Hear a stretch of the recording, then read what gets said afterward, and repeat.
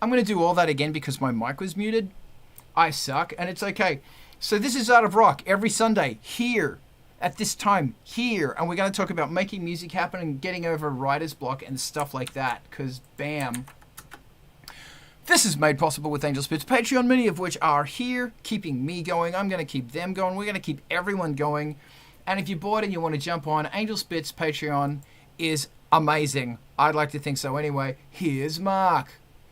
Angelspit's new album is called Diesel Priest. You can go get it, download it, torture your neighbors with it, whatever it is you want to do it now. There it is. Go grab it. Also, Angelspit has released a new single called Killed on Camera, and that's got like 11 remixes on it and an exclusive B-side, and it doesn't fucking stop because on Tuesday, and this is the big one, we are releasing Glass Jar, Sequence 1 Glass Jar, and it comes out on Tuesday, and I'm hoping to have vinyl in everybody's hands by the end of the month. And Glass Jar was done with Ice Planet 9000, and it's this very trippy 70s sci-fi album with crazy artwork, and you basically sit back, relax, and then there's going to be an audio drama that goes along with it, and that's coming out in April. If you need more music, follow that Spotify playlist, because that's made up of a lot of bands here. Ivan, by the way, if you want to throw a track on that, let me know and I'll throw it on.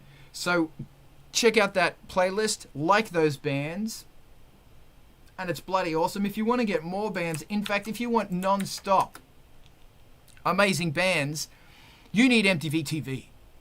And MTV TV streams non-stop. And if you're in a band, send them to that email, and they will, if you've got a video trip, they want to hear about it, and they will probably play your damn video, and it will rock. And you're going to get followers. People are going to watch you. And also, if you jump on MTV, just have it playing on in the background. MTV TV, you're going to find your new favorite band, because there are so many amazing bands on there, and the quality is going to blow your mind. MTV TV also has a Patreon, because it ain't cheap running a 24-hour non-stop goth industrial dark wave bloody music from the Bleeding Edge channel. So check them a couple of bucks every month to keep them going, because we need this. This is Art of Rock. Your mic's alive. Diana, you had a question. Let's just jump into that question. Basically, how do you handle time management? It's not an easy one for me at all. I know when I have the actual event to do, I'm on my game. But the rest of the time, trying to organize and prioritize what I need to do first, that eludes me. I can shoot my mouth off for this for hours. If anybody wants to get in front of me, the floor is open. Otherwise, I am going to take over. But please let me hear what you have to say. Because everybody's got a different approach, and your approach is important, and that's the whole point of these things, is we want to hear from you, Aaron. Not you. I don't want to hear from Aaron. I want to hear from someone else. I'm kidding. Aaron. Oh, emotional, damn it.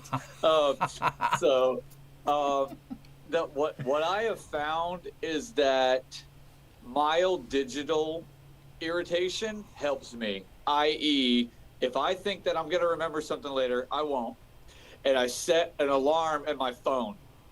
And then when I'm invariably multitasking, or I could just be driving somewhere, all of a sudden my phone goes off and I'm like, what the fuck? What? Oh, yeah, I need to do that. And it's literally like the most engaging thing that I have. And it doesn't matter what I have going on, shy of an emergency or something. I'll just shut it down, and cell phone reminder alarm clock is blaring, or I might even set a second one, but it's like, grim photo shoot, or write this, or record vocals, and that at least helps me a smidge. So. Awesome, thank you, Ivan. That was great, Grim. Thank you very much, Ivan. Time management can be an ugly thing. Like creative people, I will almost include myself. This is a world that attracts people that are probably on the very large, very long spectrum for, ADHD and stuff. And, in which case, don't feel bad. This is amazing. Before this, I could not manage time at all. Time was this mysterious thing, and even my watch, I just bought a watch that had a blank face and dials that went around. Also, it was black on black, because that was how good my relationship with time was. That helped. When I was working, I used to work in Chicago. It was a 90-minute drive from Milwaukee every day. I had to get up at like 4 a.m. to get down there in time. And my whole morning was scheduled with alarm clocks, because this was pre-smartphone. So like, as the morning went through, I had to hit everything on the alarm, or I would get out the door late, which would result in getting caught in rush hour. And rush hour on the Edens is not the place to be. So yeah, I mean, figure out what you like. The biggest trick is figuring out what you need. What is the thing that's going to work for you, and use all the trial and error available until you get there. And then once you find it, stick with it until it stops working, and then start on the trial and error again. Yeah, thank you, man. Okay, there's a lot of things brought up I want to touch on, but first, here's Mark. Hey, so my approach to time management is schedules and then triggers. And by triggers, I mean I intentionally place things out of place in places where I want to remember something. So, for instance, if I want to make sure that I take a look at a piece of mail at a later time, I will place it on top of my computer's keyboard, because I am going to see that no matter what. And I'm going to be like, why is that there? Oh, okay, got it. And then, I'll remember it. So triggers to remind yourself of things, and actually sit down and schedule out time for what you need to do. And when you schedule, make sure you include time that isn't rigidly defined. So like, okay, I'm going to cook and eat dinner between 9 o'clock and 10:30, something like that. And then before that, an hour of something productive. Not explicitly anything, something productive. So you never feel like, oh, well, I have no time to do anything that pops up. Thank you. Okay, this is really excellent, because there are so far we've had three completely different ways to handle time management, and that's the truth of it. Something Ivan mentioned is that as creative people, quite often our brains are such that we have some very interesting things going on. Autism, ADHD, etc. And if you have said situation going on in your brain, or your neurologically atypical response, you can utilize that. For example, with autism and ADHD comes structure, comes a mind that is terrifyingly structured, and you should utilize that. Find out what your strengths are. They're not weaknesses, they're strengths, and exploit those strengths. So as far as time management goes, the first question is, what is it you have to do? How big is it? How long is it going to take? And here's a trick. Whatever you think it's going to take, multiply it by 3 and add an hour. I learned that from working at Microsoft, and that hour is going to save your ass. Deadlines are your friend. And the third thing is, when are you going to do it? Because it's like, oh man, I'm going to do a remix. It's going to take me like 10 hours to do a remix. I could knock that out in 3 days. But the problem is that you've got all of these other things going on. So the first thing I highly recommend you do is you have a structure of time, and you print it out like a timetable on your wall, or you use it as the backdrop of your computer, as a JPEG, and you put it on your computer as a backdrop. And what you're going to do is you're going to say, and I did a blipvert about this on time management for creative peoples, and if somebody can dig that up, throw it in the comments and I'll sport it around. You might say, okay, even the commute to work, back in the days when we used to go to work, you can utilize that time. It's not dead time. You can be listening to demo tracks. You can be thinking through and planning through things. So what available time do you have?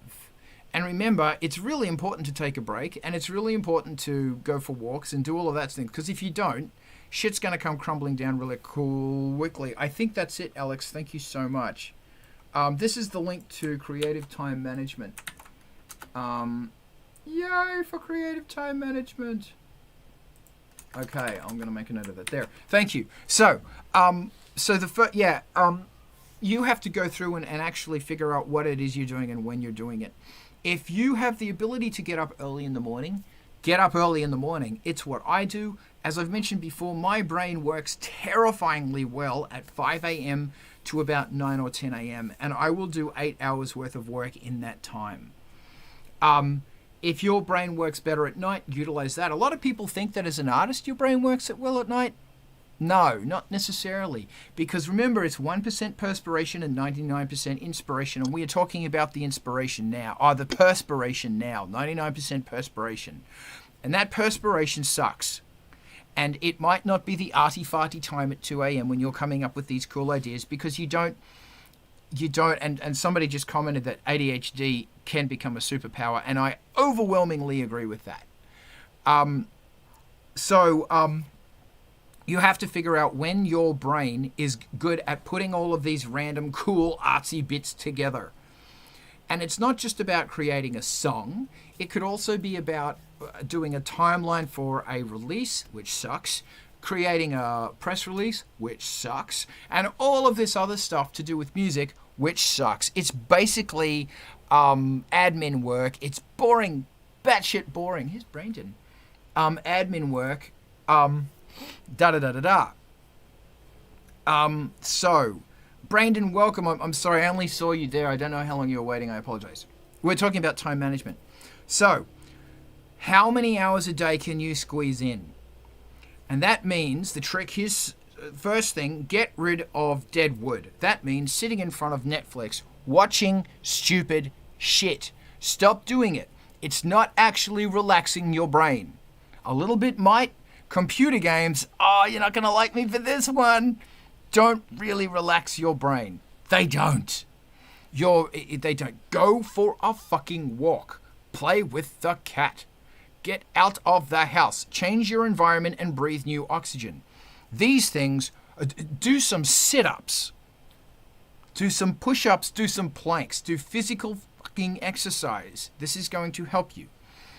So now that you've freed up all of that time when you were binging frickin' Star Wars, now you can be doing something creative. And if you're not in the zone, get in the zone. Do some sit-ups, go for a walk, do anything, get in the zone. Because I'm telling you, if you can squeeze 1 hour a day, half an hour a day of doing this stuff in a week, that's 3.5 hours. That's half a day.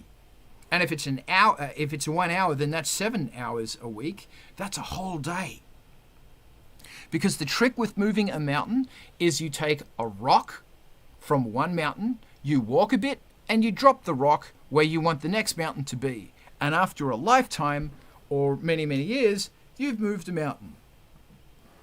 Bonza. There ain't no simple answers to this. So that's the first thing, is when are you going to actually do this? The second thing is, honestly, and you might say, what I suggest you do is you put things into different categories. And you say, okay, well, I've got creative art, like doing remixes or doing remixes, working on my own material, and admin. And I got to warn you, that admin one's going to take up the most time. So you might say, okay, well, on Tuesday nights for an hour, I'm working on remixes. And then I'm going to be thinking when I'm going to work, I think about in my car or commute or whatever, I am thinking about those tracks. I'm thinking about what I'm going to do. I'm making notes. I'm talking on my phone to make notes about what I'm going to do. I am using that time.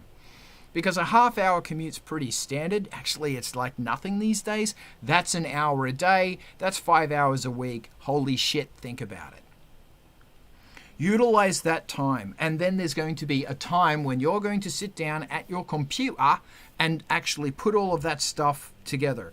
And remember, if you've been thinking about this on the commute and you've been making notes and da-da-da-da-da, it's half written. All you have to do is notate it and put it in there and boom. As far as admin goes, you need to set aside time for this. You need to know what you are doing. You need to make a list and stick to the list. And the thing about, you've got to act like you've got managers. You've all worked with managers, right? And they're going, dude, at this time you're supposed to be doing this. Da-da-da-da-da-da. They're the people in life we hate. But if you've had a good manager, I don't know why you're shaking your head, Mark. If you've had a good manager, you will learn that what they're doing is keeping you on track. You have to become that voice in your head, or assign something else to become that voice in your head that is saying, at this time you need to be doing this. By the end of this session, you will have achieved this. Because if you don't, you won't get anything done. There is no one else who is going to do this awful fucking shit for you.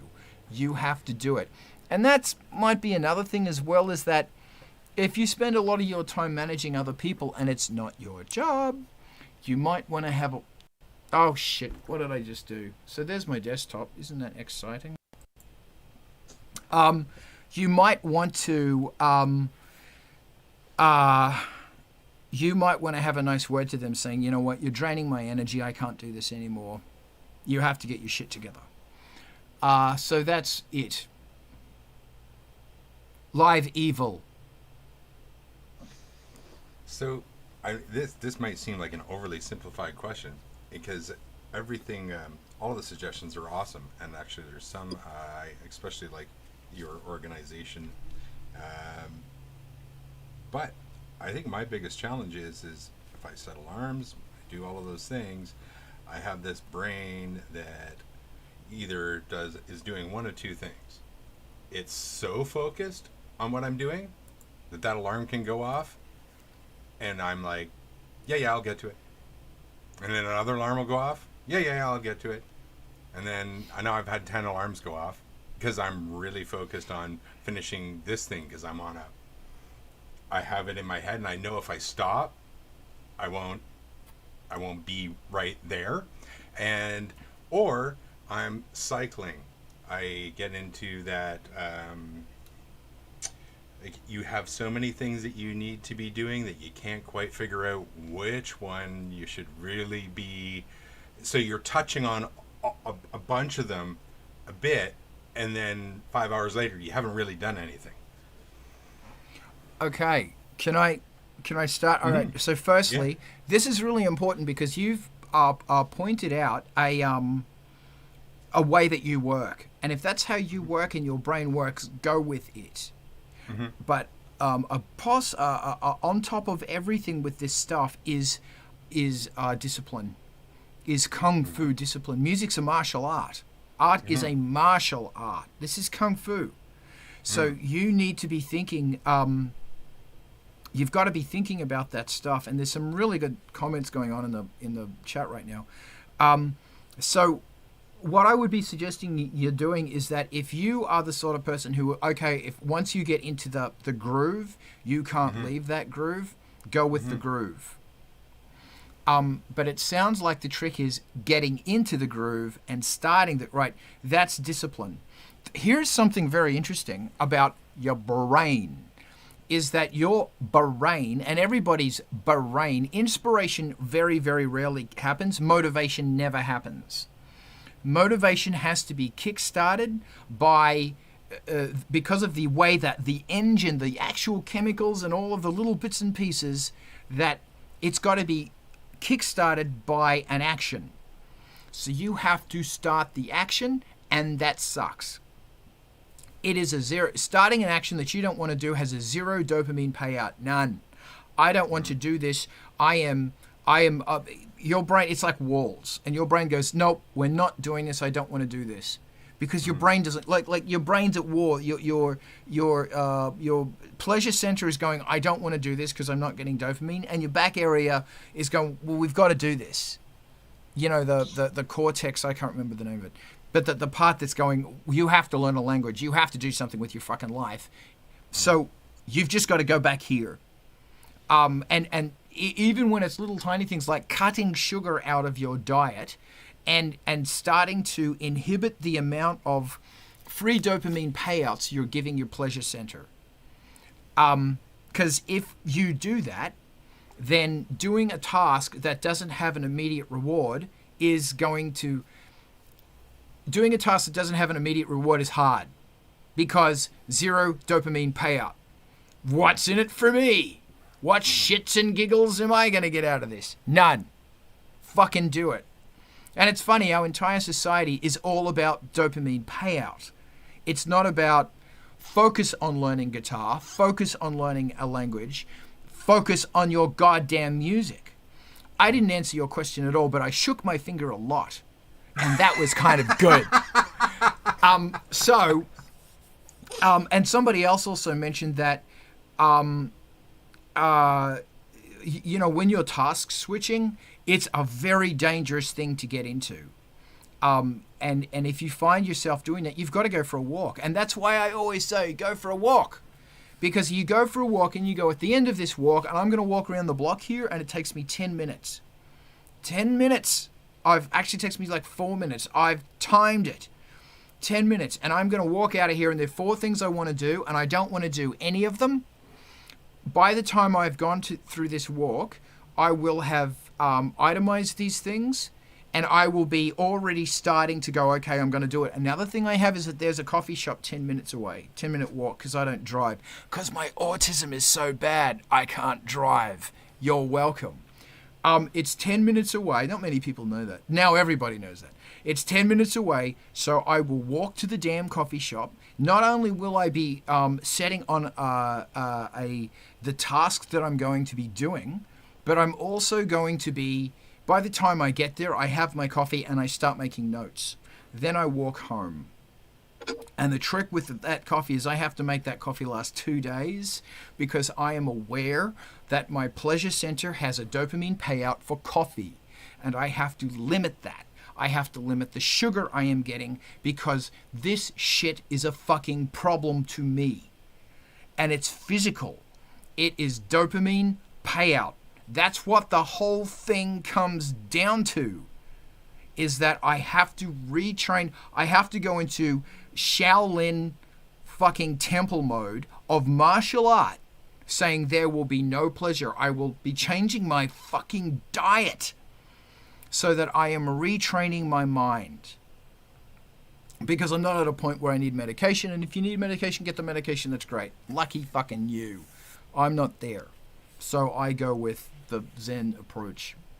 But meds are good, so take the meds. That didn't answer your question. Does anybody else have a question that they don't want me to answer, but for me to get all dramatic and to shake my fingers? Hack. All the finger shaking. All the finger shaking. I think a big underlying thing here, and I mean, I'm not a therapist, physician, etc., but I think people have been talking about more and more. I think it's a subconscious thing where people have this hang up about digital availability. That's probably the best term I've heard in the past, 2 weeks. It's this lingering thought that, if I shut all this shit out, or I put my phone on a charge, or if I go do my thing, I'm not going to be available, And granted, people have emergencies and families, and they got extenuating circumstances. But what I'm getting at is not allowing yourself to do something or hone in or zero in on your craft, i.e. church, which was another awesome blipvert that Zug hit on. It's got to come to a point where, you could establish some boundaries or barriers. And it's not to be shitty with people, but it's to say, hey, on X day at this time, I'm not there, not available, Don't call, write, text, send a carrier pigeon. I don't give a shit. Just 7 o'clock on Thursday, I'm not there. But like I said, I think it's this deep-seated guilt or the fact that you are not digitally available that fucks a lot of people up to where they're like, oh man, I can't do that. I can't be that person. I'll just keep the phone right here just in case. I don't recommend doing it. I get my phone as far away as I can to where I'm just like, you know what, that needs to be across the fucking room and it needs to be on airplane mode or whatever, so I can zero in and just kill it and work on art, photo shoots, etc. Oh my god. Two things, and I've forgotten the second one. Oh shit. What was it? Alright, the first one is, and maybe it'll come back. I'm gonna have to get you to remind me, I'm sorry. When you're doing these things, get off the fucking internet. Unless you specifically have to be on the internet. Get it off. Unplug it. Put your phone in the next room. Because we are dopamine payout. Dopamine payout says pick up the phone. I did 2 fucking blipverts on internet addiction, and it's real. It's fucking, I'm not going to go down that rabbit hole right now. It's real, and it's the worst addiction there is because it combines gambling, gathering knowledge, and straight up addiction. Drug abuse, if you took drugs and it was like, oh, I might get an amazing hit from this, that's gambling. That's the gambling response. This is the thing about the fucking internet, is that if I go on here, I might get a response, and it's a triple fucking dopamine payout. Aaron, can you help me? I was going to say something really cool, but I forgot. And shake my finger. You're talking about blipverts. We're talking about digital availability or deep-seated, like subconscious. Like you might feel guilt if somebody can't. Thank you. I've got it. Yeah. Okay. So here's another thing, and I thank you, man. Is what's your worth? Because the big problem we have here, like the big deep-seated problem back here, might not be time management. It's that you don't think you are worth it, or your project is worth being time managed. Once again, it's a dopamine payout thing. It's also a massive lack of confidence. And if anything, fucking I've heard your remixes and I've heard what you guys do. It's worth it. In a part of that, you might need to be saying to things and people and opportunities and whatever that, you know what? This is not really worth my time. This is not expanding what I need to do. And it's important to help people. It's very, very important to help people. But there comes a point where you got to say, I can't do this one. I have to let this one go because I've got all of this other stuff that's going on.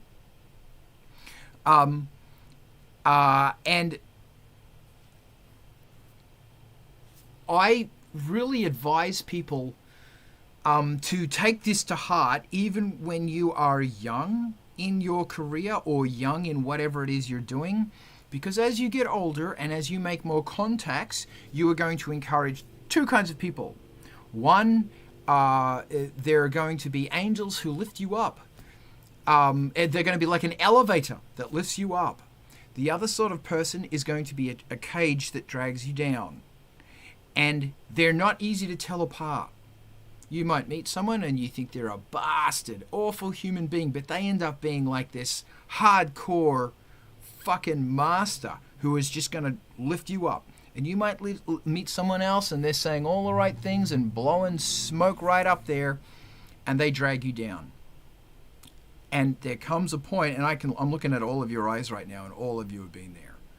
You have to very politely and kindly, with love, say, man, I'm sorry, I've got to let this one pass. I can't do this. Because ultimately, your energy is so important and so rare. Because what we're talking about here is, what am I doing with my energy to create my art or to further advance my thing? And one of the problems is you're just giving it away to the wrong people or the wrong thing or the wrong situation. So, and love yourself. You matter. We give a fuck about you. You need to give a fuck about you too. God, I wish I'd listened to my own advice. So, does anybody else want to throw in something, or we can change the subject, or if anybody wants to share what they think? Because remember, there's 1,000 ways, there's 8 billion different ways to do this. This is just according to us. Let me hear Alex.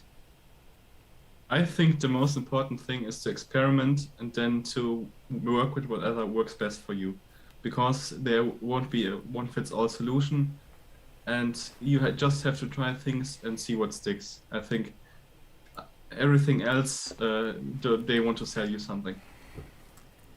Agreed. Yeah, totally agreed. Wow, this can keep. Ivan. The angels and demons, they're out there. You Yeah. run into them. Way back in the day, I was in a band and we had cassette tapes. This was that long ago. Because we recorded everything we did on the weekends, and every once in a while something we actually get turned into something that would be close to an official song. And at that back, we were underage, so me and my girlfriend were going to Medusa's down in Chicago, every Saturday night. And we were making it was like a 2-hour drive. Like when Leroy up on the 3rd floor found out how long we were driving to get there, he just started putting us on the guest list because he's that kind of guy.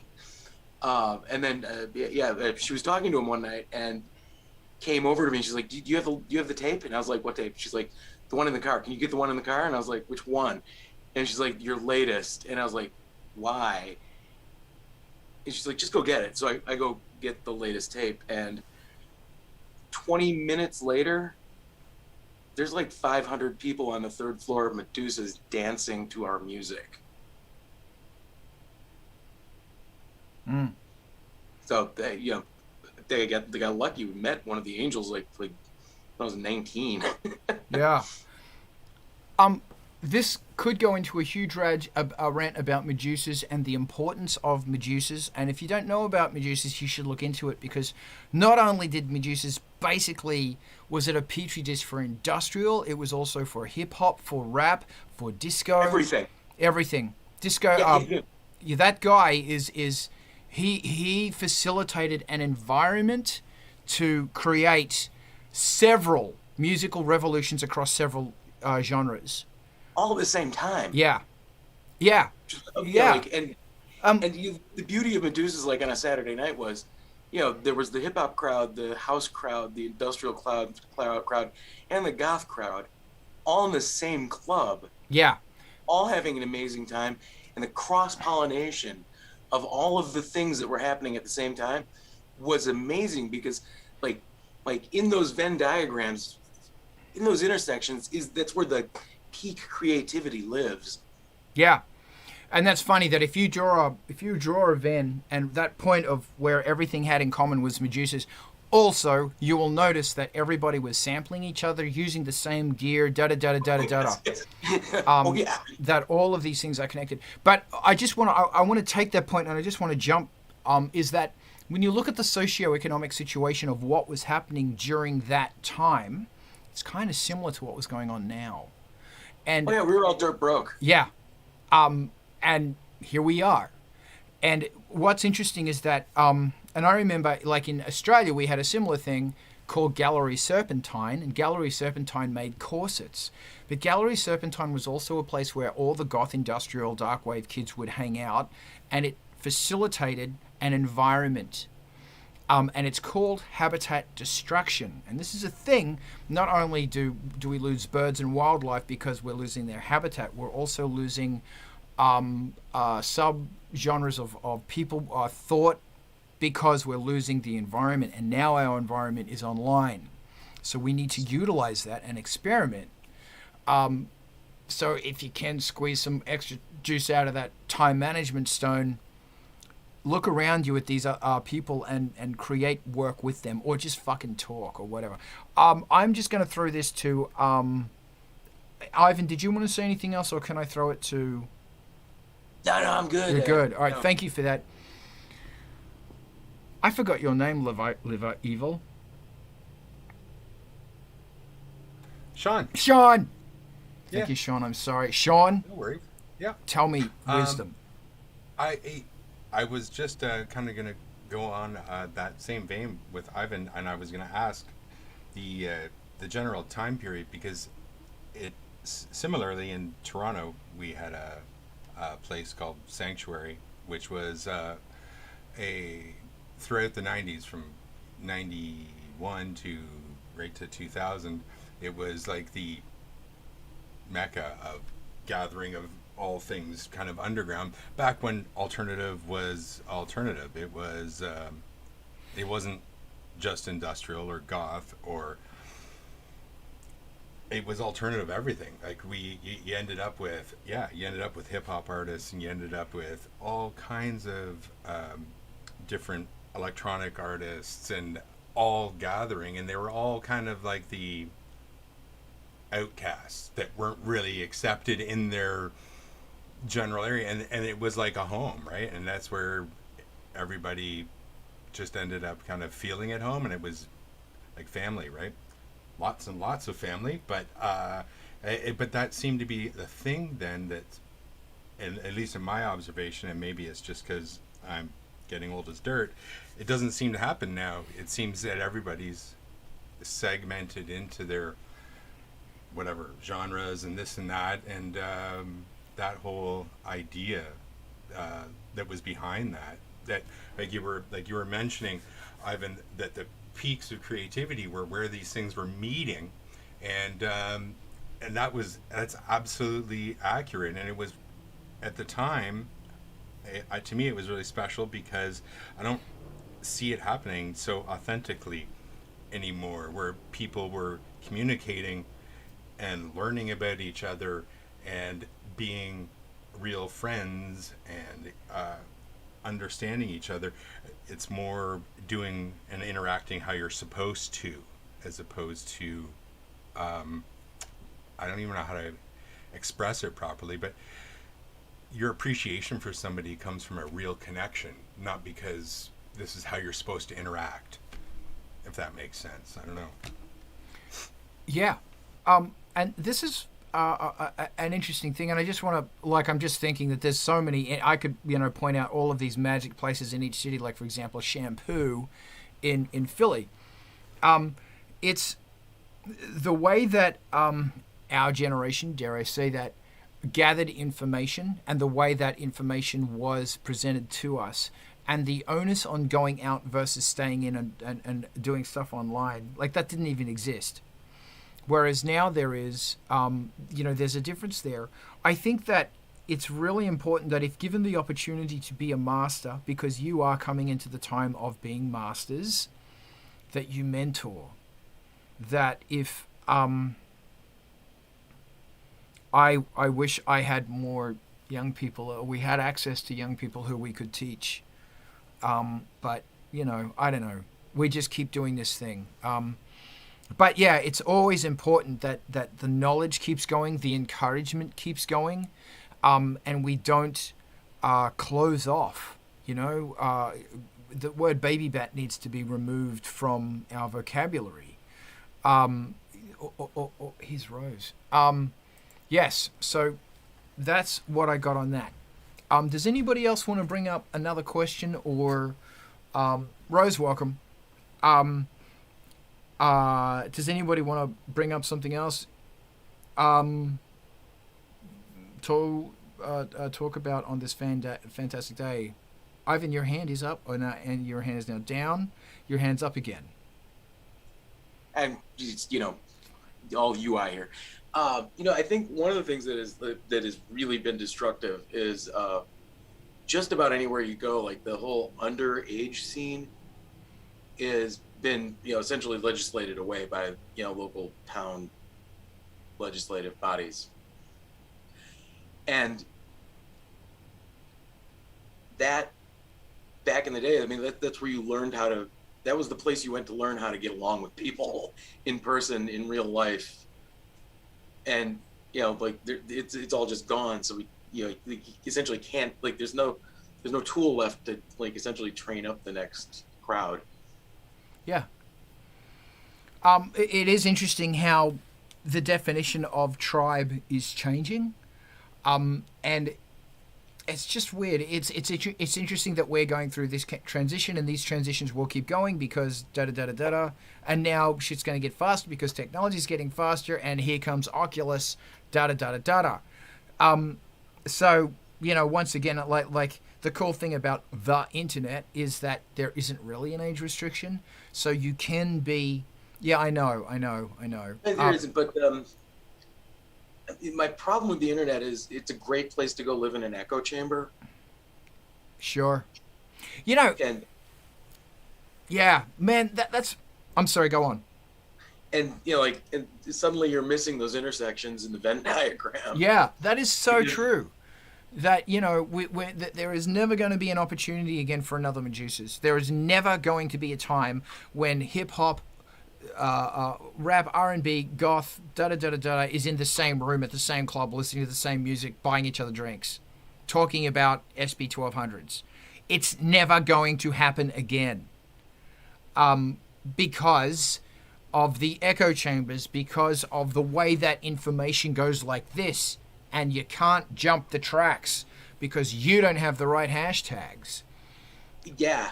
Although there are other things happening, like, for example, Justice for Hire, which is the thing I work on, which is a bunch of martial artists, like legit Taekwondo Shaolin martial artists. And these guys are all like, one of the guys is at the Olympics. One of them trained with Shaolin monks in Tibet, legit.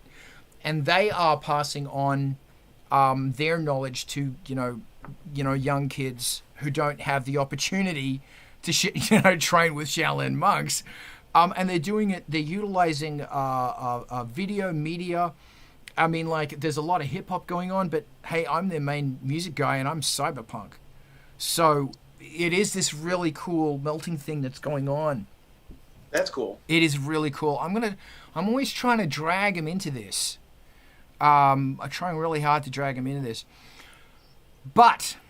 Alex, did you want to throw anything else in there, or can I throw it to Alex? All right, Alex, what do you got? I think this genre fusion still exists, but somehow it's like in comment sections and in whatever the algorithm recommends you. Because I hear lots of goth influence all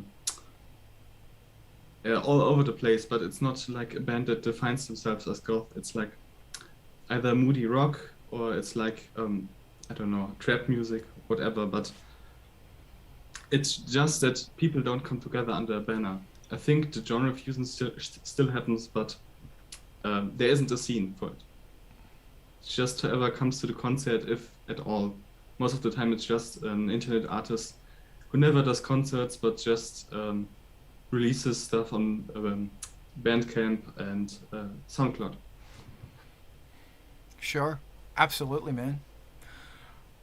Does anybody else want to throw in on this conversation? I don't want it to spiral too much into, I want it to, like we're keeping on a good level here, but I don't want it to, because, you know what I mean by, this could, go into a bunch of jaded goths being jaded goths. Not that we're goths.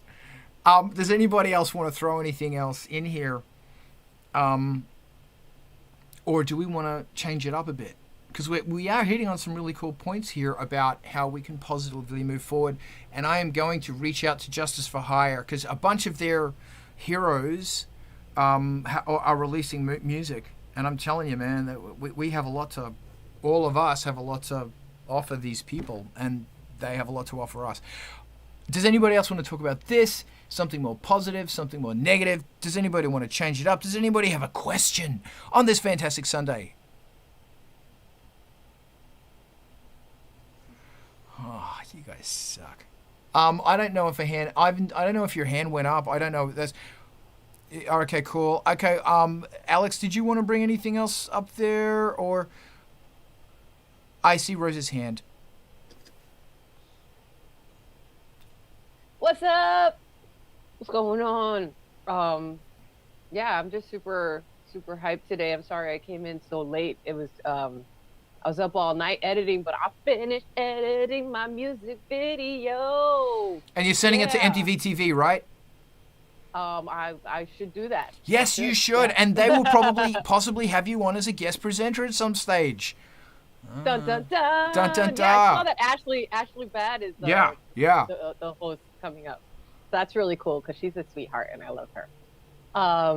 But yeah, no, I just wanted to jump in and say hi, and I'm just like super hyped right now. I have like all of the energy in the world because I was working so hard on this video, and I finally broke down and bought the pro version of DaVinci Resolve because I finally hit it up against something where I was like, okay, I could use the free version. Like, it's actually the denoise function. DaVinci Resolve is very well known for having one of the best like denoise abilities of like the programs out there right now. And they have a version of it that you can use in the free version, and it is not good enough if you have like really grainy footage and stuff. And we shot like scenes on 2 different cameras, and I didn't realize that the second camera, because the light was so low, the footage just came out like extra grainy, and I was like, damn, So I finally like switched over to the pro version of DaVinci and stuff, and it's worth it, man. That denoise is insane. Like, it's really, really powerful, pretty crazy. But anyway, we were talking about like the you're usually going for extra grainy, Ivan. Well, there's a difference between like a cool like film grain look, which is totally fine, and like noise. This was like straight noise in the footage that was like really, really, really obvious. So anyway, but we were talking about the fusion of genres and stuff like that. And as a person who makes music that is kind of, I've always made music, honestly, that's kind of cross like genres and stuff like that. Because I'm like a little too rock to be goth, and a little, but I'm a little too goth to be really fully metal. You know what I mean? Like, so that's why I'm really happy I actually met all these folks in Philly that are doing a lot of really cool horror punk stuff. And they actually just recently booked a show with Wednesday 13, who's, one of the biggest, the next biggest that you'd have to go would be like the Misfits. You know what I mean? So it's like, it's pretty epic that, this little group of people in Philly actually have like grown their scene, which is a total niche scene, horror punk. You know what I mean? It's very small. And I had a really funny interview recently, because it was on a very like normal news channel, and they were like, what is horror punk? What's goth? Like, and I was like, well, it's kind of like goth. They're like, what's goth? And I had to explain like the basics of genres to them. You know what I mean? Because I kind of just take it for granted that everybody kind of at least has a basic idea of what goth is, and what is goth even now. Like, who knows? But yeah, I think that the fusion of genres is like super happening right now. I think like I don't think that there's been a time when it was more so than right now. Like there's people like Ash Nico, who's like super hot right now, who came up from TikTok actually, and it's like she's like pop, but she has like this goth undertone. Like if you check out her, Alex just asked if e-girls and boys are goth. Yeah, some of them are. Yeah, sure. I think it's just I think that there's a huge portion of youth right now, I guess, that are super into like the aesthetics and everything of goth stuff, but they're not, maybe they're called themselves, I don't even think anybody necessarily calls themselves an e-boy or an e-girl. You know what I mean? It's just a label. I feel like that's more of a label that other people put on people, as opposed to something that like, I haven't seen anybody personally that's like, I'm an e-girl, I've seen somebody say I'm dressed like an e-girl, but not I'm an e-girl, But yeah, I mean, they're definitely like, really combining stuff. And like, we've talked about Ghostmane before and how he kind of combines like a lot of like, like kind of like the Nine Inch Nails and, that influence and stuff like that. And the trap influence, and like all together, so I think that there's a whole lot of acts right now that are really crossing boundaries, because a lot of them don't even know like the stuff that we grew up listening to, so they're just kind of like figuring it out and like messing around, you know what I mean? And that's the best way to make music, in my opinion anyway, is just make the music that you want to hear, and fuck whatever like the titles are, you know, like just make what you like, and so, you know, somebody out there is gonna like it, you know. That's how I feel about it. Anyway, so that's what I gotta say. Cool, thank you. I'll just respond to that really quickly. Yeah, that's awesome. I see a lot of that as well. Perhaps I think what we were talking about before is people physically in the same room or on a chat, or even if that's an electronic room, that, you know, all of us have memories where the boundaries weren't so much that somebody wearing hip-hop attire was not even allowed in a club. Because that's the world we live in now. I could cite several LA goth clubs that unless you're correctly attired, you're not allowed in. And I understand why they've done that for, you know, there's reasons they've done that for safety. But there's also, oh wow, I just don't even want to go down that rabbit hole right now. I guess that's what I'm missing. I'm missing sitting down with somebody who is totally outside, or having a conversation with somebody who is not bound to the same hashtags that I am, or being in an environment where that is pandemic or no pandemic. That's, I guess, what that conversation was about. But nevertheless, I really appreciate what you say. Yes, I do see that, and it's such a good reminder that, you know, I try so hard not to listen to goth industrial, because I don't want to be breeding into the same pond, that I listen to stuff that is way outside the genre as much as I can to keep my thoughts open, and to be open to the concept of, you know, I want my drums to sound like Funky Drummer, not like Front 242.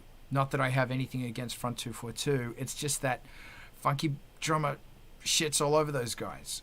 I want my bass lines to sound like Bootsy fucking Collins, because it's Bootsy fucking Collins. If I want to play Moog, I want it to sound like Bernie Worrell or Stevie Wonder. You know, that's where it is. And by the time it goes through my system, I'm just going to shut up. I'm talking crap. Graham. Yeah, I just wanted to revisit a point that, I mean, because people come and go as far as tuning in or being on Art of Rock, but I was thinking about the mental image that we danced on earlier, where it's like, if someone were to see your CD amongst a shelf of CDs, what is the comparison? You know, and not comparison like do you know, see eye to eye with said artist, but what is there, you know, in your mental image. And I think that's good at re-examining, and yeah, listen to a broad spectrum of stuff, because you never know what's going to come right around the corner, and that's easy to say, but if you get outside your comfort zone and you give a group 5 songs, they might just blow your damn mind. One I would throw out, for example, is called Run the Jewels, and they just sound like they stumbled out of a time portal when like 90s hip hop was badass and it had some bite, and it didn't matter about next flavor, and it didn't matter about speed rapping, or it didn't matter about repetitive hooks. They are what the 90s hip hop is, but just now, you know. I would highly encourage people just step outside, because I like to use a rule of 5s, you know, and I'll give a band a fair shake. But yeah, it doesn't matter if it's country or it's reggae or it's just full on death metal. You know, you got 5 different songs to just try to, you know, I guess hook me in, you know, but in that you might find something really cool that you appreciate, or you might find something that they did that was very unique. Hell, I just heard somebody take Red Hot Chili Peppers, just the instrumental, and they took the vocals from Fleetwood Mac and threaded them, and it is perfect. So again, you never know what you'll find out there. The last thing I'll say, though, on that note is just when you start giving, you know, a little more, letting out a little more leash and listening to more groups, or using that rule of 5s, you might find something structurally, like you might not be a fan of hip hop, but you might find something very unique that they did. Like they might get 2 minutes into a song and then shift and change the track completely, change their instrumental, and just deliver what could have been a whole new song, but it's still bound in the same thing, if that makes sense. So all of a sudden it's a tonal shift, and it is incredible. So if not for anything, just look at people's like structure, and how they're doing songs, because you really might find something unique. Thank you, Aaron. Rose, I want to go on after you. I want to pick up on that. Alex. I have 2 questions, so maybe Rose and you should go first. Okay. Rose. I was just thinking about what he was just saying, and that's another reason why I love TikTok. I've been exposed to a lot of bands that I never would have necessarily like searched for or found, you know what I mean? And one of them is actually that's like really popular on TikTok. They just did a debut on SNL. It was this band Måneskin. I don't know if you've heard of them. It's like spelled M-A with like a weird, I don't know if it's an umlaut or something above the A, N-E-S-K-I-N.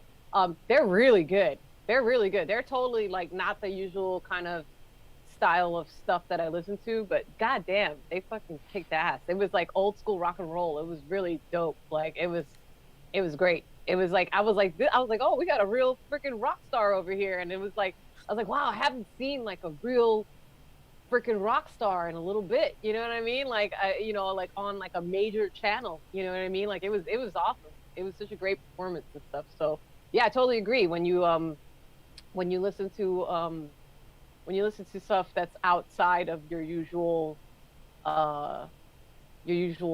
style or whatever, you definitely have that room for all of these really cool influences, and that's where you get that awesome sauce that's so unique, to who you are. You know what I mean? That's why I love listening to rap and hip hop, and and really mixing up the music. It's like I'll listen to rap, I'll listen to metal, I'll listen to all kinds of stuff. You know what I mean? I'll listen to whatever random thing is like super popping on TikTok and be like, you know what, actually this is a pretty good track, and I'll actually go and like check them out on like YouTube and stuff like that. And so I think that's how most people like nowadays kind of find stuff. It's like they hear it a bunch of times on TikTok or something else, and then they actually go and like seek it out on YouTube and stuff. And I do miss that though. I know exactly what you mean by, like I remember the bills used to be much more varied back in the day, where you'd have like lots of really different, really, really different bands, you know what I mean, playing together and stuff. And sometimes it was cool, and sometimes it was a pain in the ass, because people would be like, why is this band playing with your band? You know what I mean? It's like, and it would be like a crazy thing. But sometimes I'd find some really, really awesome, unique bands that I wouldn't have found otherwise. And I do miss that congregation, like you were saying, of like, when you are in person and you get to rub elbows in person with people, because you just have much more honest conversations when you're face to face with somebody, and there's not the bravado of the internet between you. You know what I mean? Because people, I feel like, have they have like this feeling that they have to present themselves in some kind of way on the internet, as like somebody that knows everything or something like that. You know what I mean? Whereas in person, they would probably be much more polite. So you just end up with a better discourse when you're face to face with somebody. So I do miss that. Thank you. I will say that in the life cycle of Angelspit, I can draw a mark in the sand where bands that were nothing like Angelspit were on the bill with Angelspit, and that was the early 2000 teens. That's when everything changed. And even when I was like in bands, prior Angelspit, I remember there'd be a metal band, an industrial band, and a goth band, or a metal band, an electro band who wanted to sound like the Prodigy, and always metal. And that changed. And now the bands, even with each other, are all sounding the same. They're all the same genre. They're all so fucking homogenized. And it's, all I want to do right now, besides so much shit that I want to do right now, is go out and see a band that sucks. I really want, with a drummer and a bass player and a guitarist, and they suck. I really want to do that. Because I want to see people making music. And if they suck, it's like, well, at least they're actually sucking. Like they're not miming to a backing track sucking. or being amazing. People are putting effort. There is energy going on here. I'm gonna, after I finish my very short rant, I'm gonna throw this to Alex. Alex might be changing gear, FYI, Sean. So there is a thing I do called rubbing, taking a rubbing. I don't know if you did this. Everybody's eyes just pricked up just then. I don't know if you ever did this when you were a kid. You probably didn't, because you're Americans. No offense. But we would go out into the vast wilderness that we had. Yeah, like a tombstone. Thanks. Thank you, Canadian. We would go out into the wilderness, and we'd look at the trees, and all of the different trees, and you'd put a piece of paper down there, and yes, just like on a tombstone, you would rub the bark, and you'd get a thing. And I said that horrible thing about Americans because Americans don't really have a lot of trees, and it has to do with the Ice Age. That a lot of your very interesting trees got wiped out when the Ice Age came through, whereas in Australia the trees didn't get wiped out because we didn't have an Ice Age. That was the only comment I was trying to make. Same with you lovely Canadians, you don't also have a wide variety of flora because it was destroyed. Anyway, so from this, everyone's just lost attention right now. From this, we would have a rubbing of that bark, or tombstone if you're in Canada. And you can do the same thing with trees. With music. You can listen to a track, and like, for example, a great one is Video Killed the Radio Star. And you've heard that track 1,000 times, but get a piece of paper and a pen and write down what they're doing and how many bars they're doing it for. And it will surprise you. Because there are some really weird bits and pieces going in on that are whack. And then get your song and slam it into that. Make it work. Take a rubbing on it. And it's a really, really good thing to do because it's so easy to fall into the trap. And I am in this trap now, and I am working so hard to break myself out of this trap, where it's intro, verse, chorus, return, which is usually based on the verse 2, double chorus, maybe a middle 8, then maybe a verse 3, then usually 2 or 3 choruses outro. I'm trapped in this thing, and I have to actually sabotage myself to break away from this structure. And it's where it's great, where you listen to music that is outside the genre. Although a lot of bands do that. It's very country, actually. I've never started a song with a chorus. And I can't do it. Miss Ballistic, a bunch of those tracks start with choruses, but never have I done an Angelspit that starts with a chorus. So that's called a rubbing. So if you're in a place where it's like, and you're trying to do something different, try doing a rubbing. Alex, I'm going to throw to you. I have one. Let me reorganize my thoughts. I'm trying to get myself to finally release some music. One idea I had is to schedule a live concert via live streaming. And I wanted to ask your opinion. I know you have done some, and maybe other people who have like an idea how to prepare, how to frame the shots, things like that. And the other question is, what kind of music or what artists have inspired you in the last weeks? Okay, so I want to throw the floor open to this question about live mixing. Actually, Sean, did you want to throw in something about else before we go down this rabbit hole? I was just going to quickly circle back on just really fast on the comment on when everybody was playing together and how that's kind of broken up, because I was just having a conversation with a band that I'm interviewing shortly last night, and they were talking, they're an industrial band, and they were talking about how hard it is for industrial bands to just get, even outside of COVID, just to get a show at a club, because there's only specific clubs apparently now. I'm not in the US, it's different in Canada, but He was telling me that there's very kind of specific clubs that cater to that kind of music, and it's like if it's a rock club or whatever that's doing rock or metal, whatever, they just won't. They're not interested, type thing anymore. So I was just curious. I just thought I'd add that. I don't know whether that's anybody else's experience, but Yeah, that sure as hell's been my experience. That unless it's specifically, and once again, it's a thing with I've noticed since being in Angelspit, it goes down. I do want to hit back on Alex's question. yeah. I've noticed that it's funny that with previous bands, I would be booked by the bar directly. But with a goth band, I get booked by a promoter who's putting on a goth night in the club.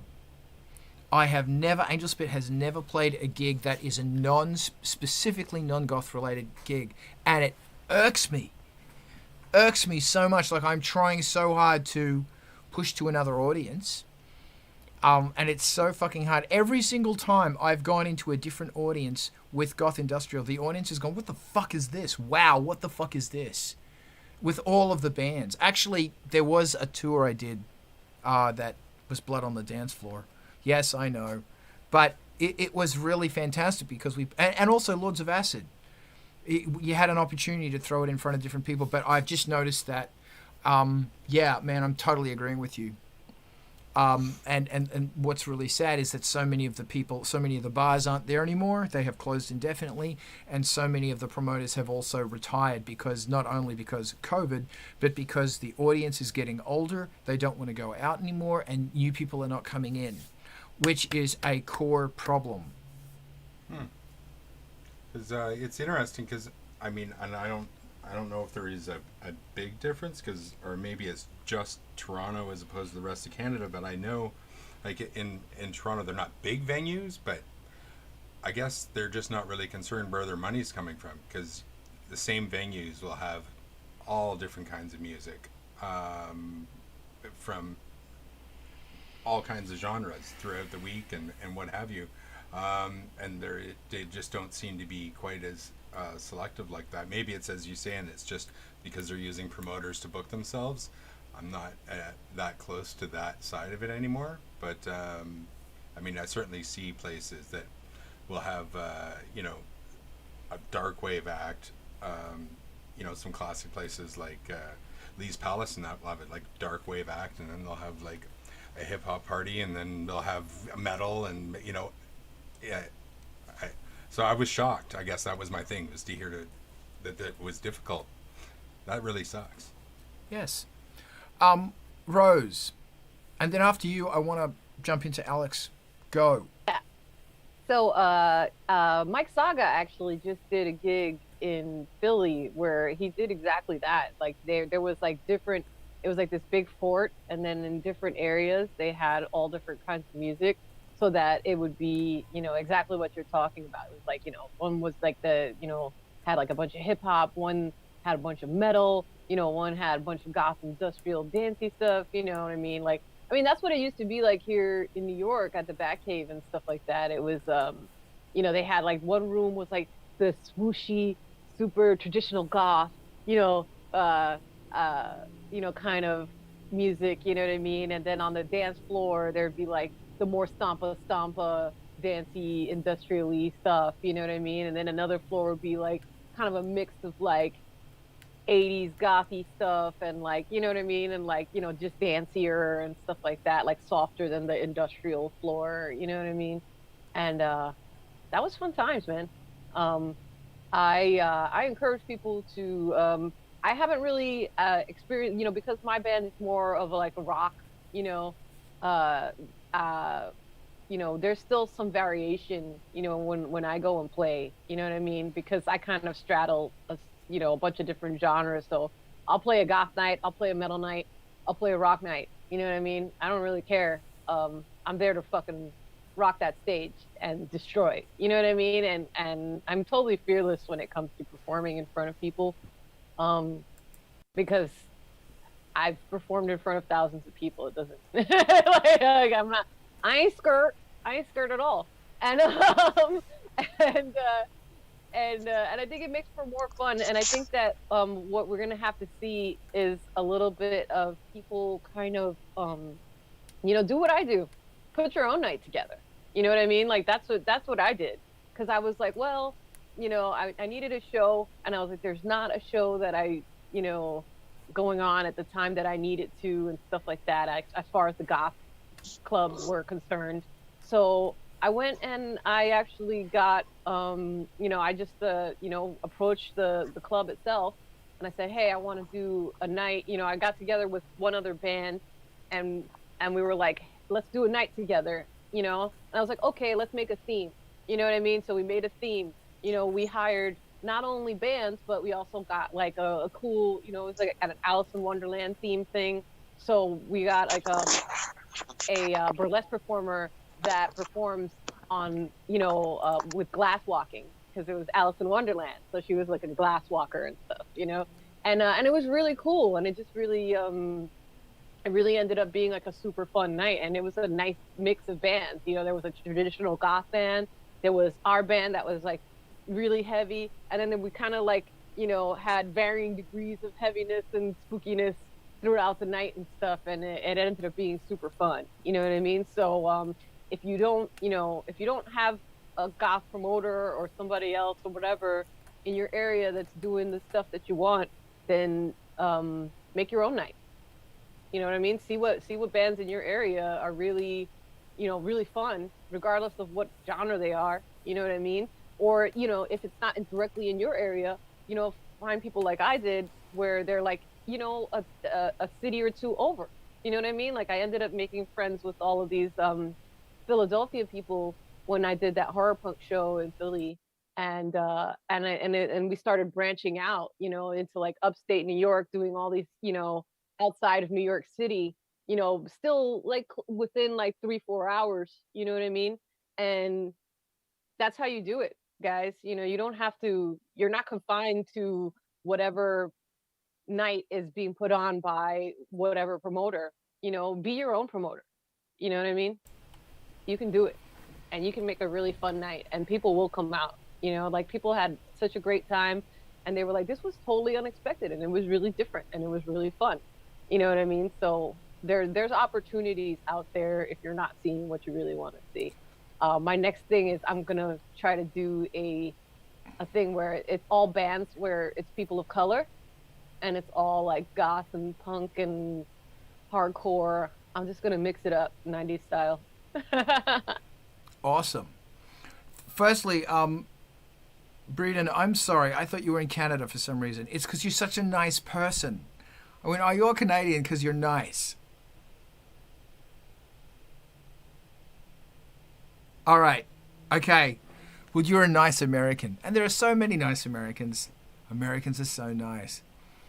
But you don't go A much. Yeah, thanks. You're welcome. So, all right. I want to thank you very much, Rose. I want to throw this back to Alex's question about live streaming. So I did those 2 blipverts on live streaming. Check them out. It is treat the show like it's going to be live. So you have a live package, and you can either put it on a stage or you can put it on, do a stream. You've got one video camera that I'm looking at right now through you, at you. Do you have another one?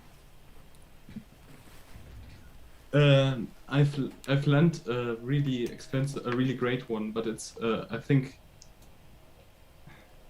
I think it's only like a photo camera, so it will cut off after 50 minutes or so. Yes, mine does that. Bloody piece of shit does that. You do have another one. Look.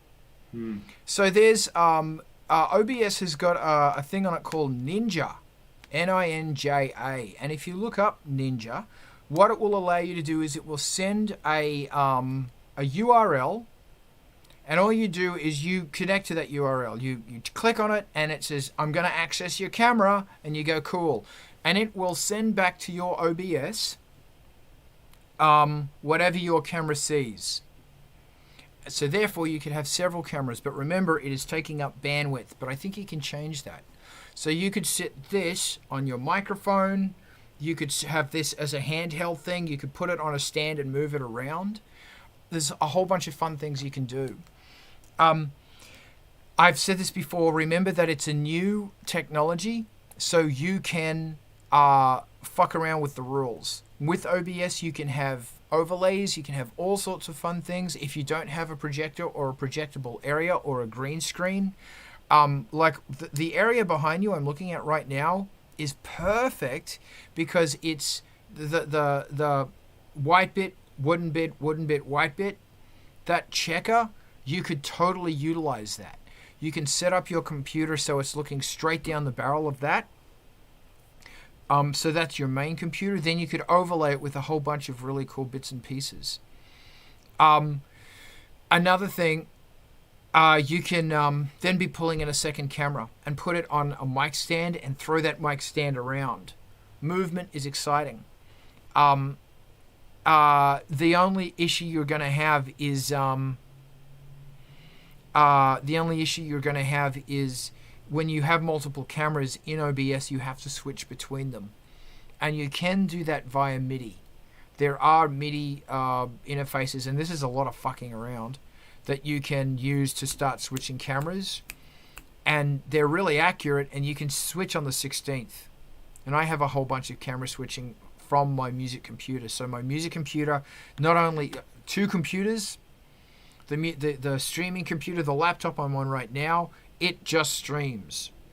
The music computer is taking the backing track. It's changing any vocal MIDI that I've got going on with the MIDI processors, sending MIDI information to change vocal processing. It's also sending a MIDI track of camera changes and also a MIDI track of DMX to the lights. And MIDI's tiny information, like it's itty bitty tiny information. So that's not a problem at all as far as bandwidth and stuff go. So make sure you've got a show. Research the technology, but the first thing, the most important thing is that you can vocally deliver what has to be delivered. And that's why there's makeup. Where heaps of makeup go crazy and deliver. Deliver. And Ivan brought up a really good thing that you've got to mix the audio for streaming. So I find, because my mastering goes really good, I find that if I just use the same mastered stereo backing track, that's fine. I might pull a little tiny bit out of that, depending on what, I might pull. If I'm adding stuff on the modular synth, which I do all the time, I'll suck out some of the subs of the stereo track, so the drums and shit can go in there. I might take out a bit of the highs, just so if I've got any other stuff going in there, and I'll take out some of the mids, just so my vocals can go in there. I throw it back to you. If anybody else has something they want to bring up for live streaming, please go for it. Diana, I know you have more experience than anyone, but for now, I see. Alex's hand is up. Then if you want to say anything, Diana, I'm all ears. Alex. I was just curious as to what Alex might have been planning for the platform to stream it on. I wanted to ask you if you can restream at MTV TV, but yeah, if not, I think I would stream to Bandcamp or Twitch. Bandcamp now has Bandcamp Live, which is relatively new, and so I have not used Bandcamp Live yet. As far as MTV TV, I think I know somebody I can talk to about that. But I would look into Bandcamp Live. Several artists have used it already. Facebook Live is difficult because they'll mute you for the littlest thing, for copyright issues, even if it's your own music, which is getting frustrating. But Twitch is a good one. I don't know if you have a Twitch account. If you want to build up a Twitch audience, that's up to you. Yeah, but we're always looking for live performances to have as part of MTV TV. the same.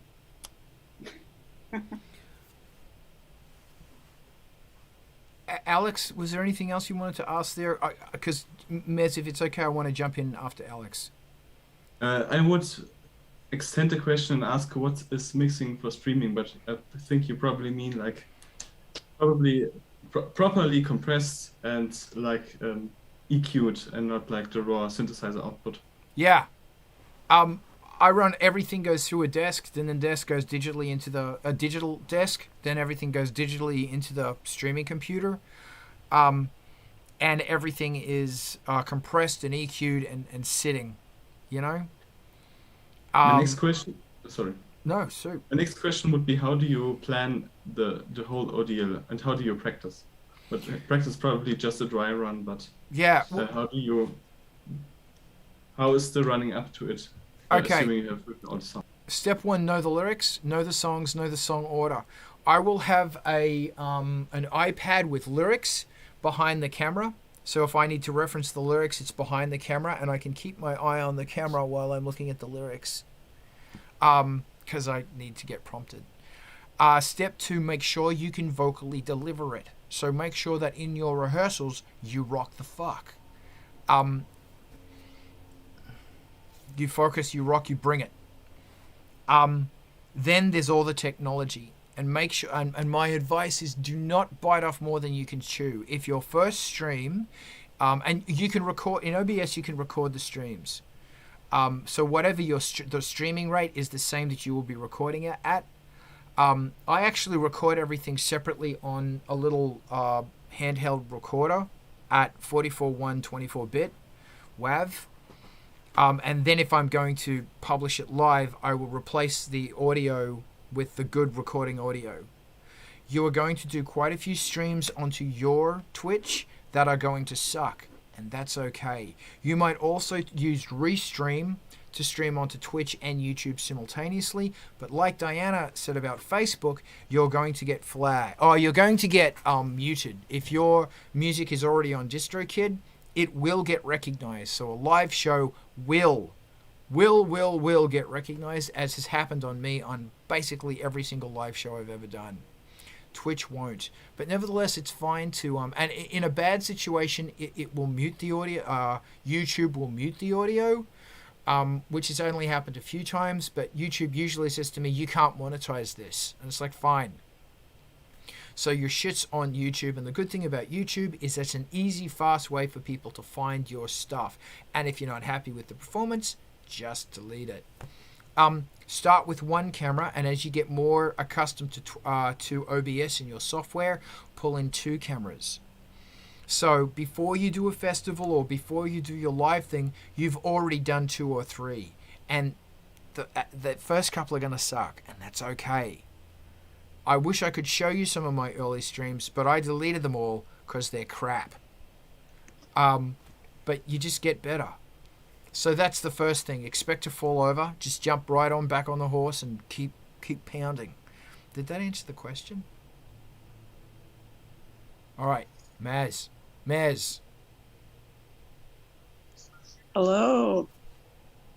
Here I am at work, so apologies if it's not ideal, but okay.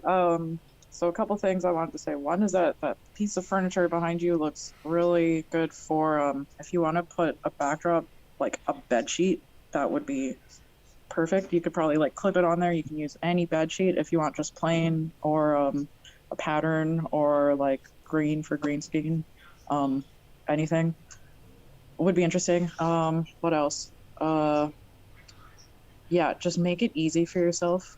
That's what I've learned with what I've tried to live stream, like everything that you can do. Like even if you end up having to lip sync, like no one's gonna come at you and say like, oh, you're lip syncing. Like no one cares if you're doing something fun and cool. And another thing I just wanted to mention is that, you know what might be a really nice place to practice? You can like video stream on the Discord channel, and like just go ahead, use that to practice as much as you want. I feel like that would be awesome. I have wanna I have tried that, but Discord keeps cutting out music because it thinks it's background and not voice. So I haven't figured out how to make it transmit music. Yeah, there might be a way with like mixing it in OBS or something. I don't know. That's something we can work on, because I feel like I feel like making the Discord work for practicing would be really cool. So yeah, that's all I got. That's awesome. I want to pick up on something Mez said, and this is great advice, is that the first time you do a stream, or you've got to record it. If you don't stream it, record it and watch it back. Oh, man, watching yourself perform is the worst thing in the world. First time, you're going to focus on that one camera and eyeballing that one camera or whatever your thing is. The second time, you might throw up a white sheet and you're going to start fucking around with all the different overlays and stuff that you can do in OBS while you were doing the show. So now you've done two shows, and maybe you recorded them, maybe you streamed them, doesn't matter. But you've got them, you're recording them, and you're watching. On the third show, you're going to pull in the second Ninja camera, and you're going to be working with it. And it might be just that camera. On the fourth show, you're going to be figuring out how to get MIDI into there to change the OBS scenes. And the cool thing about OBS is that, so this is scene number 1. Scene number 2 is the same thing, but I'm going to zoom into it. Scene number 3 is going to be the same thing, but I'm going to put an overlay on top of it. So using the same camera, I can have all of these different scenes going on just to break the monotony. Step by step, do it slowly and get used to the idea of as soon as you push play, you go. You can't stop. You got to go. And you're going to go for 30 minutes or 20 minutes or however long your thing is. You don't stop. And you bring the fucking rock. Even if that's quiet, sinister, or lovely, whatever it is, bring the damn rock. Here's Rose. As soon as I said rock, she went, oh. It is true. I am the rock specialist. I would like to suggest to you that when you rehearse your banter in between the songs. Rehearse that. Write that out ahead of time.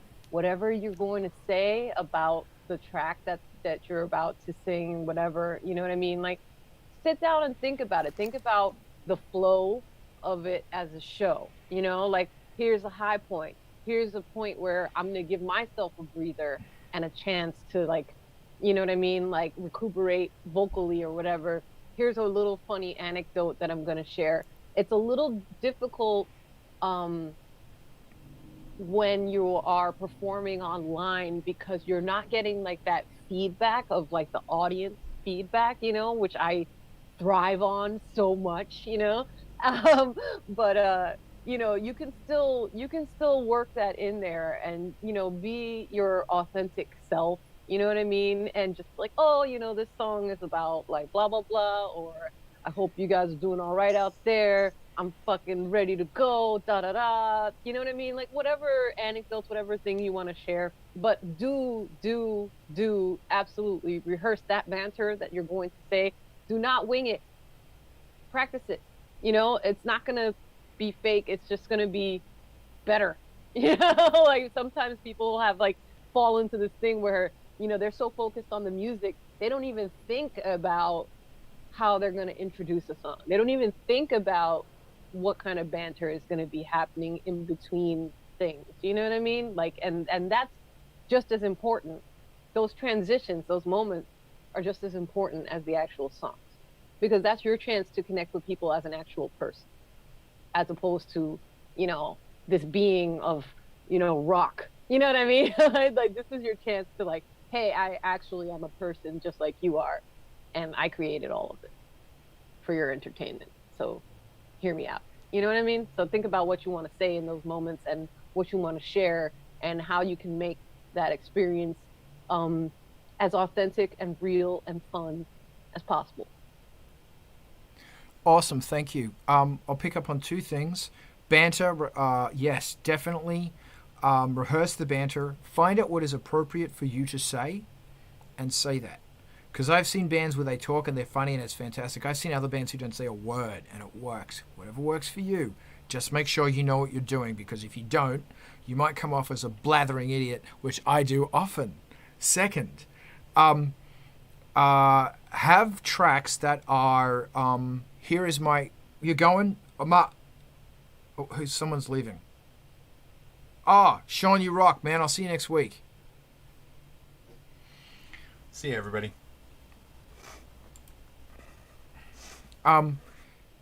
Have tracks that are, I'm giving my vocal cords a break tracks. They might go for 30 seconds or a minute, and I will put them every 3 tracks. So it's 3 tracks, give it a break, then it might be another 3 tracks and a break. But that's really important, and that's just like, it might be some random 50 sample. Gee, I don't know, but 10 to 30 seconds of you bend down, get a swig of water.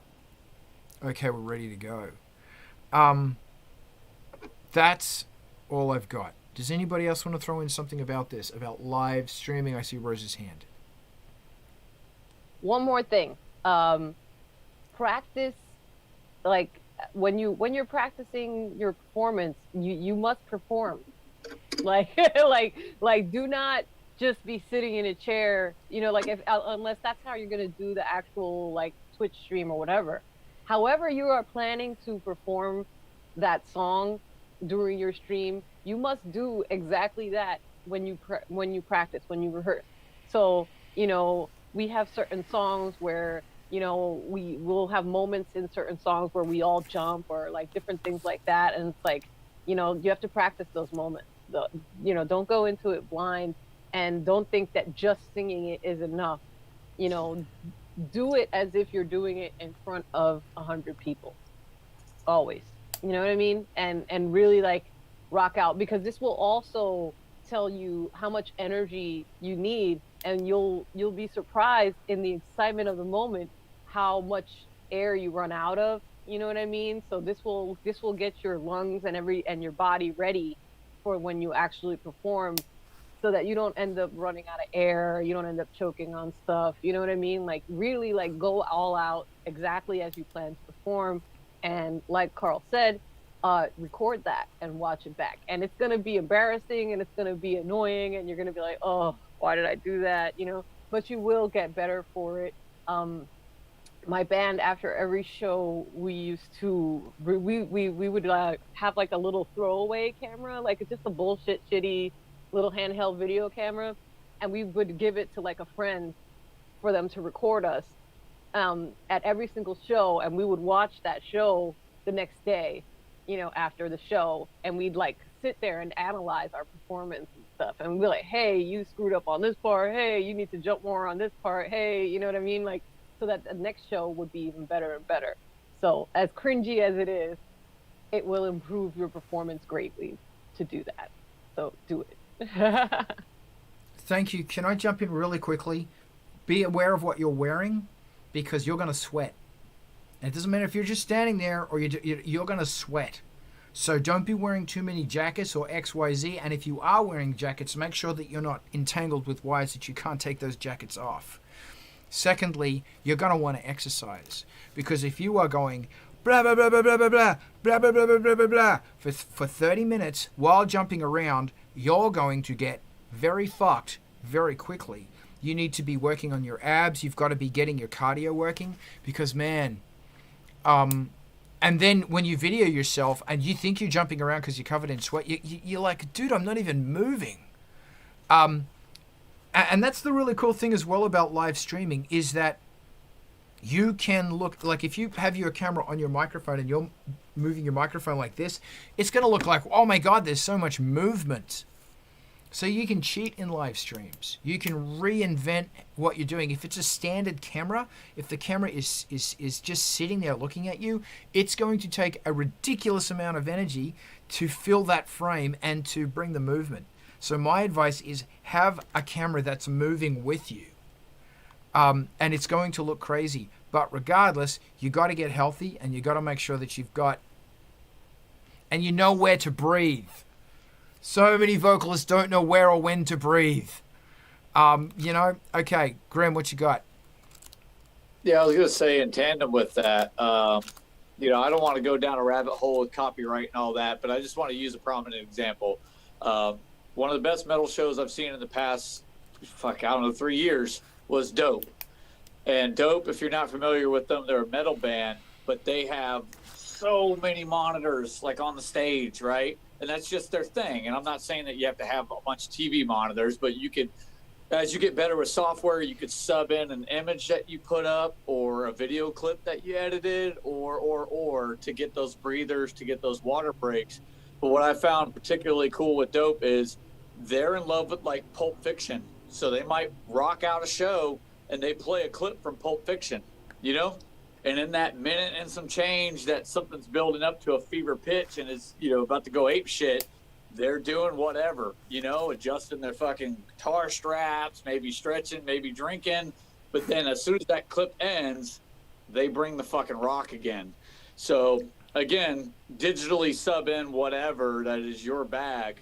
But I think that could afford you that good opportunity to where you don't have to be like a stand-up comic and be like, hang on, let me grab my bottle of water. You can afford yourself that opportunity to clear your throat, rehydrate, whatever. Awesome, thank you. Rose.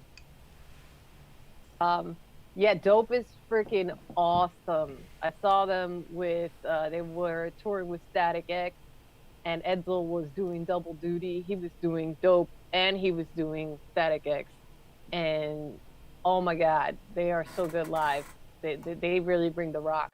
And yeah, having stuff, Cold Chamber does that really well too, where they'll have like, the big monitors behind them, and they'll be playing like stuff that's directly like referenced in the songs and stuff like that. Rob Zombie does that as well, like when he has that song Devil Man, they call me. That song, like it's inspired by an anime called Devilman. So he'll have like Devilman playing like on monitors and stuff like that, or he'll have the monsters. When he does Dracula and stuff like that. So I think stuff like that is super fun. So when you can get to the point technologically where you can do that, I also recommend if you want to switch out backgrounds very quickly. We do this a lot for my my partner's TikTok. We have like a whole wall where we've like taken the curtains that I've made like a stage area, with like sequin curtains and then other curtains layered on top. And you can get these backdrop clamps that are really strong, and they can just like you can quickly switch out the fabrics and stuff like that. So you can actually like vary it up. Like it looks like you got a nice little lip on the edge there. I don't know how deep that white and brown checkered background behind you is. But if you can like, clamp to it and stuff like that, you could actually very quickly switch it out with like curtains or fabric or whatever, you know what I mean? Like you can get curtains come in so many fabrics and so many colors, and you can, sequins, and there's all different kinds of cool textures that you can get, you know what I mean? So you can do that so fast. It's just like clamp, you know what I mean? And then you just make sure that when you frame it with the camera, that it's below the clamps. That's all. Or you clamp it behind so you can't see it. And it's really easy, and it gives it a nice like luxe kind of feel, Awesome, thank you. Mez. Hey, yeah, just on the topic of like splicing in video and stuff, I'm thinking like for live streaming and stuff, you could just like you can totally just like load video files into OBS and just like have that as a scene, like maybe do a couple songs and then like load the scene and then like do a like have some water or whatever it is, and then like have a couple of videos to go through as those 30-second breaks. Yeah, that just came into my mind, and I gotta go, so I will see you all next week. Have fun at work. Thank you for joining us. I will try. See you. So Alex, I hope this helps. Rose, is your still hand up or okay? Does anybody else want to throw in specifically live streaming related stuff? We're getting pretty close to time. Maybe I can say the most important thing for me is not doing a great job, but just getting out there, like getting out of my rut, getting into a musician mindset, making everything become real. That's maybe the main motivation for me. Like, I don't care if I crash, if I burn. It just needs something to happen, because like that's important. Absolutely. Grim. One last thing I think that we haven't touched on, and I guess sometimes it just feels like it's baked in, so to speak. Make sure to put something on there that is a plug for if you have a virtual tip jar, if you have a Patreon, if you have whatever. It's not cheesy to do that. You know what I mean? Like, literally, just if people feel like they want to support, they can support in real time, then fuck yeah, afford them that opportunity. Or if you put in a slate, you know, that has your album artwork while you're getting your breather or getting your water, it could be, you know, visit www.imfuckingamazing.com, whatever your thing is. You could put that in as your slate. You know, it's just holding ground while you do whatever you got to do. But it's just a cool little reminder. Just be like, hey, the best way to support me or find me or listen to me is XYZ. Diana. So hold on. Can I throw it to Diana first? Thanks, Rose. Diana, what you got? Well, same along those lines. Have an overlay or something with your virtual tip jar, however it is that people can support you. With certain platforms, if you put an outside link in your post, it isn't seen as well. But if you embed it in the image or whatever, people see it more. Just to up your chance that let people support you as much as possible. Excellent, That's man. Rose. Along those same lines, you know, I have a friend that does a lot of live streaming performances and stuff like that. And she's more old school, so she doesn't really like know how to do like the OBS overlays and stuff like that.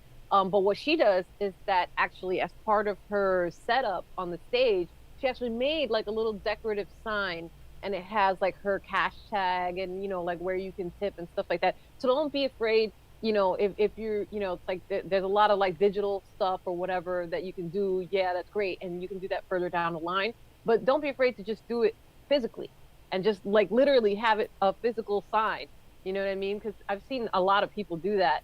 And, you know, just make it cute. You know what I mean? You can buy like, you know, cardstock and like glitter letters, you know what I mean? Or whatever kind of letters, you know what I mean? Like cool font of letters and stuff like that, metallic, you know, and just stick them on. You know what I mean? And make like a little long rectangular thing, and it has, you know, all the information where people, you know, what your Bandcamp is, da, and just have that there. You know what I mean? Like a physical, actual thing. You know what I mean? And nobody sees that in a poor light at all. They're, you know, that's very common, and it's expected. So you don't have to feel bad about it. Just go for it. And don't forget to not fall into that perfectionist trap. Done is better than perfect.